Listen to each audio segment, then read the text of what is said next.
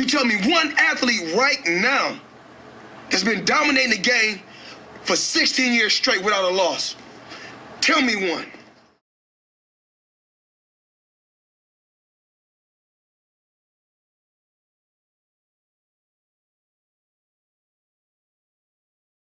Okay, guys, so on the line we have Blake Caparello, who takes on Sergey Kovalev at the Atlantic City, New Jersey, on the 2nd of August. Blake, thanks for talking to us. Firstly, how are you? I'm very well, thank you. Just settling into New York at the moment, and yeah, feeling good. Only 2 weeks to go now, less than 2 weeks to go now to the big one. Is it a case of winding down everything in terms of sparring and just kind of relaxing to the big fight, or are you still sparring up until that date? Yeah, I've still got one more sparring this week. I've flown over a sparring partner with myself, so I'd say my last sparring will be Friday. Okay.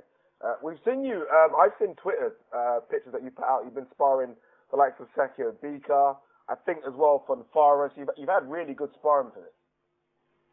Yeah, definitely. I was in Big Bear in May sparring Fonfara, and then I've come back and done some work with Sergey Kovalev, and we've got cruiserweight David Lua, who's ranked number 14. So I've been getting some good work. Okay. You're fighting in Kovalev, a guy that, let's be honest, not a lot of light heavies seem to have been calling them out.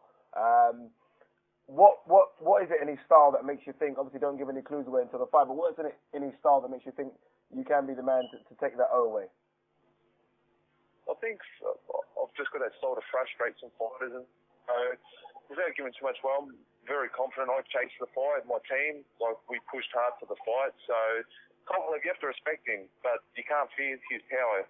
You have to respect it, but can't fear it. Do you look at your performances, particularly against the likes of, say, an Alan Green, who really has only been beaten by the best, Andre Ward, Mikhail Kessler? Do you look at that kind of performance and think, that's the kind of performance if I can put on a night, can definitely steer me to victory? Yeah, getting Alan Green out to Australia was good for me. Like you said, he's only lost to the top guys. And people were writing me off in that fight as well, just for that reason, like losing to Andre Ward and the names he'd been in with. But we come up with a game plan, and we beat him easy. Okay. Is this something you've always looked forward to? I mean, this is a big fight. This is Atlantic City. Obviously, you come all the way over from Australia. Is this something that back in Australia you kind of were looking for when you started boxing, these big nights in America? Yeah, that was my dream, to get over to the States and fight for a world title, and it's come very quickly, so I'm just soaking it all in now and just enjoying the time. You've inked a contract with Lou DiBella. Are you going to base yourself now in the States, or is it a case of still basing yourself out of Australia but coming over to the States for the fight? Yeah, I still base myself in Australia for most of my training camp and coming out to the fights in America, so I'm happy with that. It doesn't take me long to acclimatise over here. So at the moment, I'm very happy with that. You're one of many guys at the moment riding this big wave in Australia in terms of fighters. I mean, obviously you've got yourself, you've got Daniel Gill, Sergey Kovalev, we know is based in Australia, Dawson. Is it a case of this success breeds success now? Because there's a lot of fighters coming out of Australia now that are not just challenging for titles, but also winning them. You look at Sam Solomon, obviously winning against Felix Sturm. Australia's really riding this big wave of success at the moment. Yeah, definitely. It's been good to see the Aussie boys getting the victories and also getting the big fights. So we've got Daniel Gill this week fighting Golovkin, so fighting. Hopefully Gilly can bring it home for Australia as well. So it's exciting times for Australian boxing. Yeah.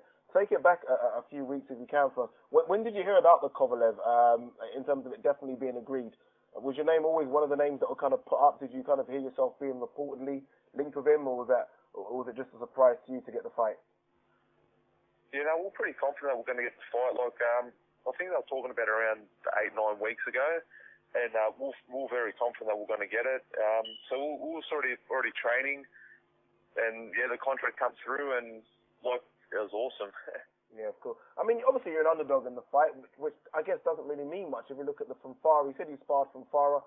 He was a big underdog in the Stevenson performance, and we saw what he did there.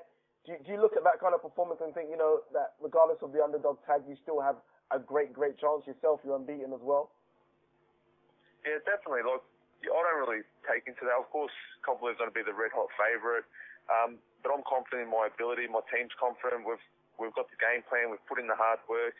So now we've just got to go out there and get the job done. Fantastic. And finally, can we get a prediction from you on the night? What do you expect on the night?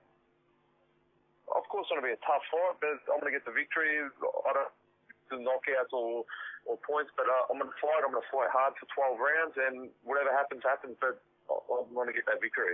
There you go. Okay, guys, there's Blake Caparello, confident of the victory against Sergey Kovalev. It will be a tough fight. He admits that, but again, he's going out there to win as well. Let's not forget he's also unbeaten and also puts his IBO light heavyweight title on the line as well. Blake, thanks for talking to BoxTalk, and we wish you good luck in the fight.